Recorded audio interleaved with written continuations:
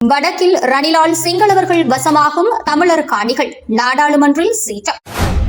யாழ் மீனவர்களுக்கு தீர்வு வேண்டும் சஜித் கோரிக்கை. கருத்து சுதந்திரத்தை ஒடுக்க சட்டங்களை ஆயுதமாக்கும் இலங்கை அதிகாரிகள். இலங்கைக்கு பயணமாகும் இந்திய அயலுறவுத்துறை அமைச்சர். யாழில் இடம்பெற்ற தமிழ் பொது வேட்பாளர் ஆதரவு கூட்டங்கள். யாழில் போராட்டத்தில் குதித்த ஊடகவியலாளர்கள். ஊடகவியலாளரின் வீட்டின் மீது தாக்குதல், 3 கைது. முல்லைத்தீவு வான்பரப்பில் தோன்றிய அதிசய உருவங்கள், அதிர்ச்சியில் உறைந்த மக்கள். நிறுத்தி வைக்கப்பட்டிருந்த உந்துருளிகள் மேல் மோதிய மகுழுந்து. உந்துருளி மோதி வயோதிப பெண் சாவு. சட்டவிரோதமாக மாணிக்கக்கல் அகழ்ந்த 4 கைது.